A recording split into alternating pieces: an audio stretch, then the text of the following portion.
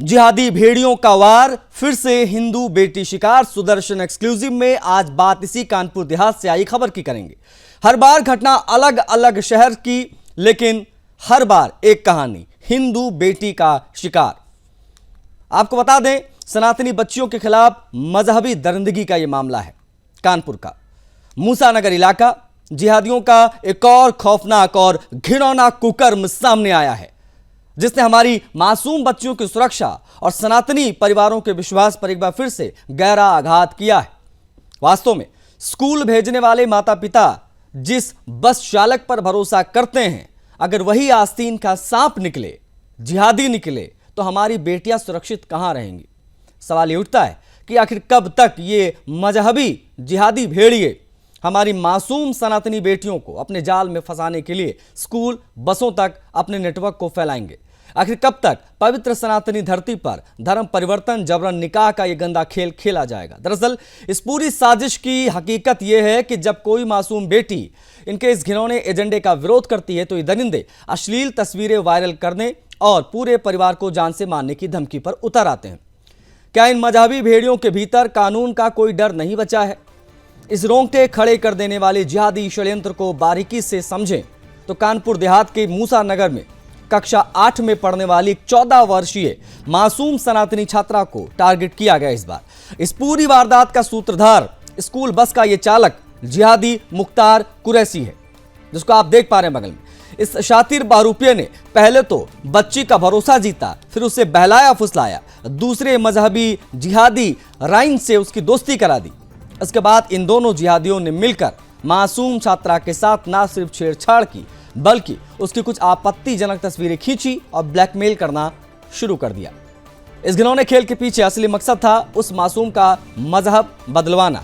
पुलिसिया तफ्तीश और पीड़ित पिता की तहरीर के मुताबिक इन जिहादियों ने छात्रा पर जबरन धर्म परिवर्तन करने, निकाह करने का खौफनाक दबाव बनाया। जब बेटी ने इसका विरोध किया तो इन दरिंदों ने उसकी तस्वीरें सोशल मीडिया पर वायरल करने और पूरे परिवार को मौत के घाट उतारने की धमकियां दी। साजिश की पराकाष्ठा तब हो गई जब बीते 20 अप्रैल 2026 को इन जिहादियों ने मासूम बच्ची को एक नशीला पदार्थ देकर घर के खाने में उसे मिला दिया। रात के अंधेरे में उसे एक खंडहर में बुलाया। वहां पहले से मौजूद तीसरे जिहादी मोनिस और इन दोनों ने मिलकर मासूम के साथ जबरन सामूहिक दुष्कर्म का प्रयास किया। विरोध करने पर फिर से मजहब बदलने की बात दोहराई गई। इस मामले के उजागर होते ही पुलिस महकमे में हड़कंप मच गया। पीड़िता के पिता की तहरीर पर पुलिस ने त्वरित कार्रवाई की। पॉक्सो एक्ट, दुष्कर्म का प्रयास और उत्तर प्रदेश विधि विरुद्ध धर्म संपरिवर्तन प्रतिशोध अधिनियम जैसे बेहद सख्त और गंभीर धाराओं में मुकदमा दर्ज कर लिया गया है। पुलिस ने मुख्य साजिशकर्ता बस चालक मुख्तार कुरैशी राजा राइन को सलाखों के पीछे पहुंचा दिया, जबकि फरार जिहादी मोनिस की गिरफ्तारी के लिए दबिश दी जा रही है। देखिए, इस भयावह घटना से साफ है कि जिहादियों का ये लव जिहाद और धर्मांतर का नेटवर्क हमारे बच्चों की रोजमर्रा की जिंदगी, उनके स्कूलों तक पैठ बना चुका है। सनातनी समाज को अब अपनी आंखें खोलनी होंगी। अपने बच्चों के वाहनों, उनके आसपास के ड्राइवरों, उनके दोस्तों, इन सभी की पड़ताल बहुत जरूरी है। तमाम पेरेंट्स के लिए अपनी बेटियों की सुरक्षा और सनातन धर्म की रक्षा के लिए पूरे समाज को एकजुट होना होगा। मजहबी और ब्लैकमेल करने वाले ताकतों के खिलाफ हर वक्त पूरी ताकत से मुस्तैद और आक्रामक रहने की आवश्यकता है। देखिए, आज थाना मूसानगर पर एक तहरीर प्राप्त हुई कि एक 14 वर्षीय लड़की जो पढ़ने के लिए बस से कानपुर नगर के स्कूल में जाती थी, उस बस का चालक जिसका नाम मुख्तार कुरैशी है, उसने उस लड़की की जान पहचान अपने परिचित लड़के राज रईस के साथ करा दी। राज रईस अक्सर उस लड़की से मुलाकात करते हैं। इसी बीच बस चालक मुख्तार कुरैशी तथा राज रईस उस लड़की पर धर्म परिवर्तन कर राज रईस के साथ शादी करने का दबाव बना। लड़की ने इस बारे में मना किया तो उसे जान से मारने की धमकी दी। इसी बीच एक दिन मौका पाकर मुख्तार कुरैशी, राज रईस तथा इनका एक अन्य साथी मोनिस लड़की को अपनी बातों में बहला फुसलाकर मूसानगर से बाहर ले गए और उसके साथ छेड़खानी की तथा उसकी फोटो खींची, जिसकी शिकायत उसने अपने परिजनों की। आज लड़की परिजनों के साथ थाने पर आई तथा इस संबंध में तहरीर दी। तहरीर के आधार पर उचित धाराओं में अभियोग पंजीकृत किया गया तथा अभियुक्त को गिरफ्तारी 2 टीमों में गठित टीमों द्वारा त्वरित कार्रवाई करते हुए मुकदमा पूर्वक नामजद अभियुक्त मुख्तार कुरैशी तथा राज रहीम को गिरफ्तार किया गया तथा मोनिस की गिरफ्तारी हेतु टीम रवाना है। अन्य विधिक कार्रवाई अमल में लाई जा रही है। मौके पर शांति व्यवस्था।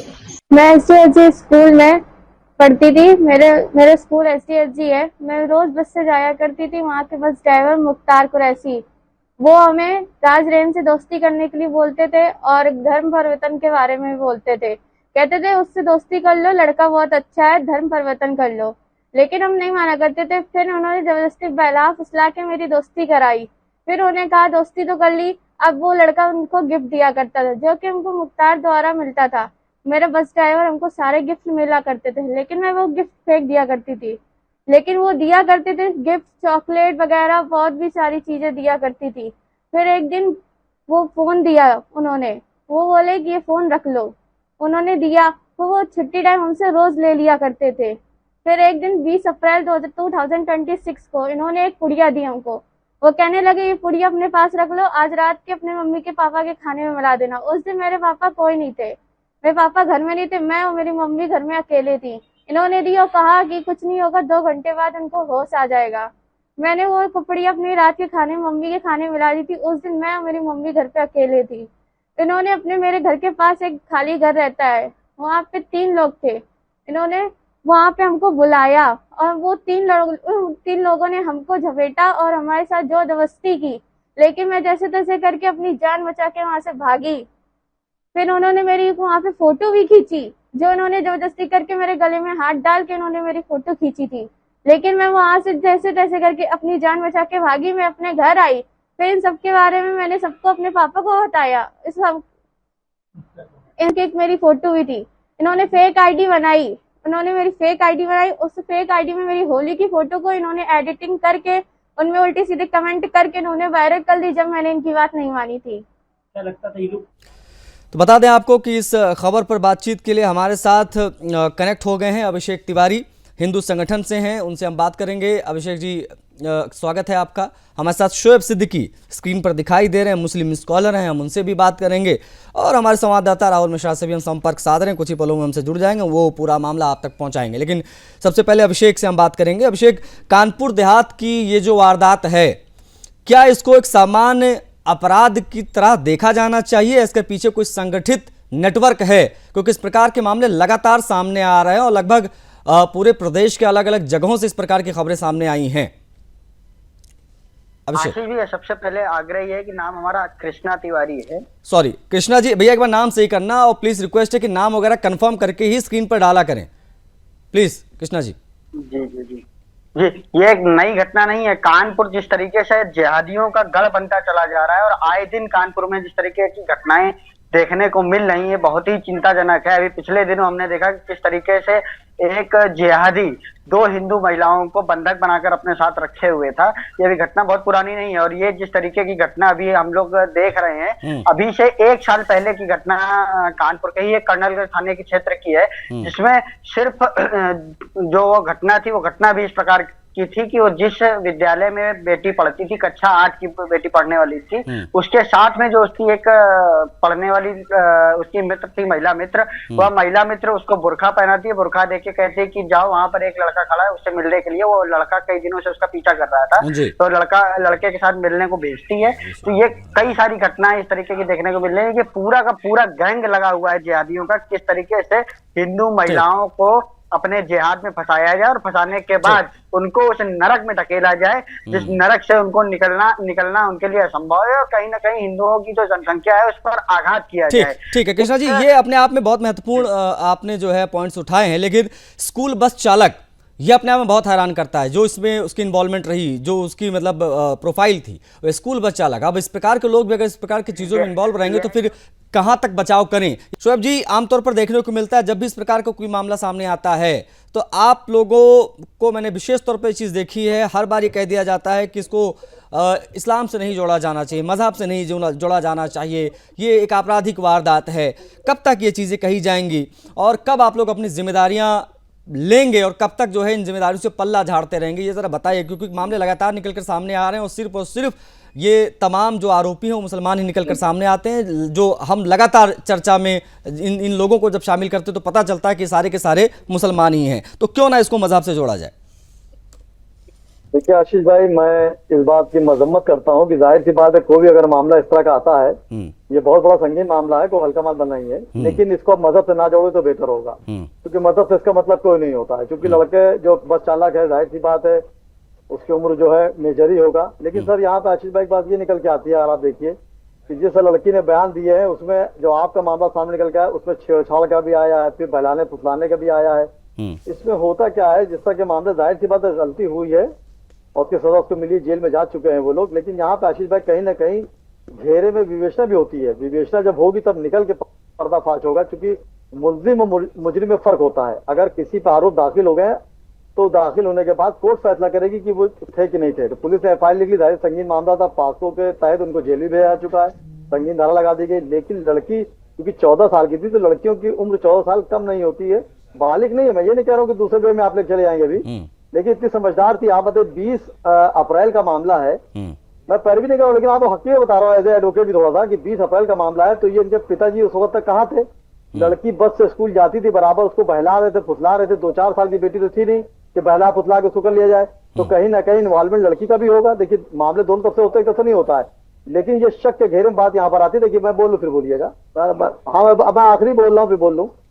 इसमें विवेचना चल रही, विवेचना आशीष भाई मामले निकल के सामने आएंगे। जैसे भी आपने एक बात कही कि इस तरह के मामले मुसलमानी क्यों करता है, ऐसा नहीं है। आपका चैनल के मैं शुक्रगुजार रहता हूँ सुदर्शन न्यूज का कि इस तरह के मामले निकालता है, लेकिन मेरी गुजारिश रहेगी कभी। ठीक है शोएब, आप प्लीज बने रहेगा हमारे साथ। हमारे संवाददाता भी कनेक्ट हो गए हैं, राहुल, उनसे भी बात करेंगे। राहुल, आवाज पहुंच रही है आप तक?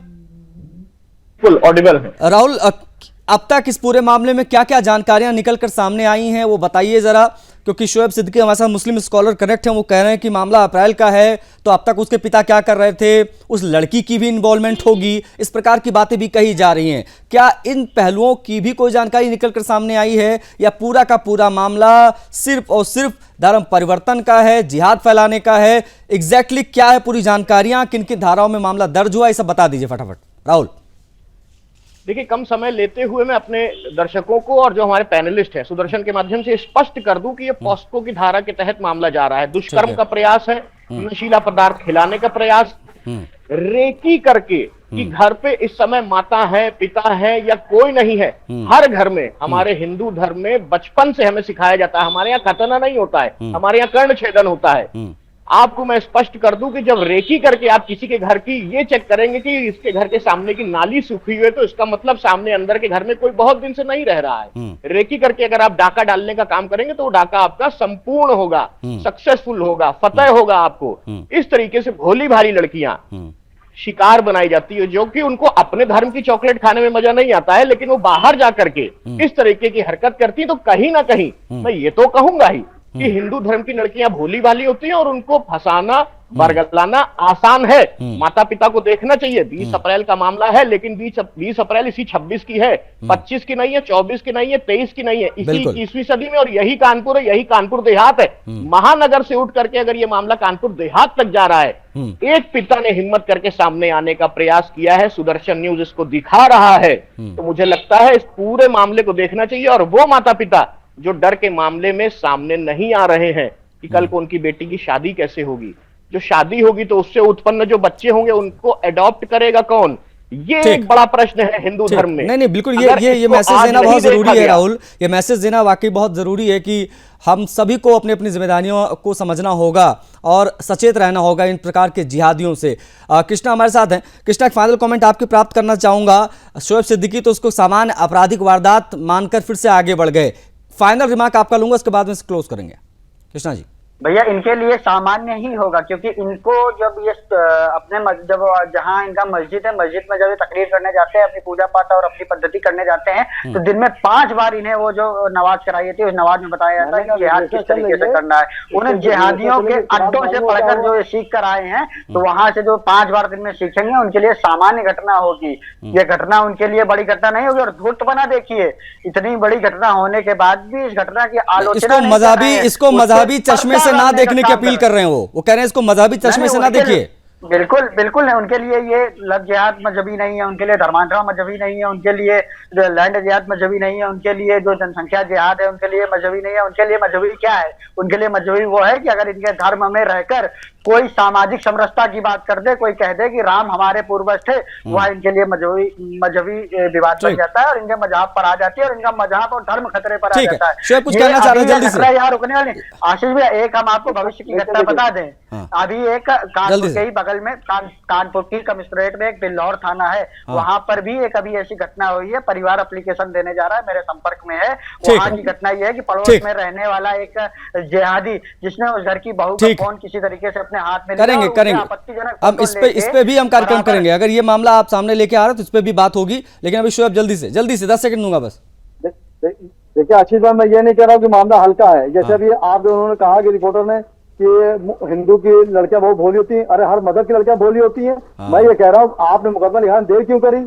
लड़की इतने दिन साथ रही है, सवाल निशान उठते हैं ना, विवेचना सब निकल के सामने आएगा। मैं थोड़ा कह किसी भी लड़की हो, चाहे हिंदू हो चाहे मुसलमान हो, किसी की लड़की हो, कोई बात आती है सबसे मुसलमान समुदाय इस्लाम ले लेता है, इस्लाम को मतलब ही नहीं किसी से। अगर मैं चित्त गलत करता हूं तो नहीं सही बात है। आप लोग तो ये जो गुजरात में 8 आतंकवादी पकड़े गए हैं ना, एक एमपी का था और 7 गुजरात के, बड़ी बड़ी दाढ़ी और टोपी लगाए हुए, ये भी आपको मुसलमान दिखाई नहीं देंगे क्योंकि टेररिज्म का कोई मजहब नहीं होता। आप लोग ये भी तो बोलते हैं। एनीवेज, मेरे पास समय आज सीमित था, आप लोग जुड़े, बहुत आभार आप सभी का इस चर्चा में शामिल होने के लिए। लेकिन जिहादी भेड़ियों का वार, फिर से हिंदू बेटी शिकार, ये कहानी रुकनी चाहिए। इसके लिए हमें, आपको, हम सबको जिम्मेदारी लेनी पड़ेगी कि हमें अपनी बेटियों को, अपनी बहनों को किस प्रकार से जिहादियों के संपर्क से दूर रखना होगा। इस चर्चा में इतना ही, मुझे आज्ञा दीजिए।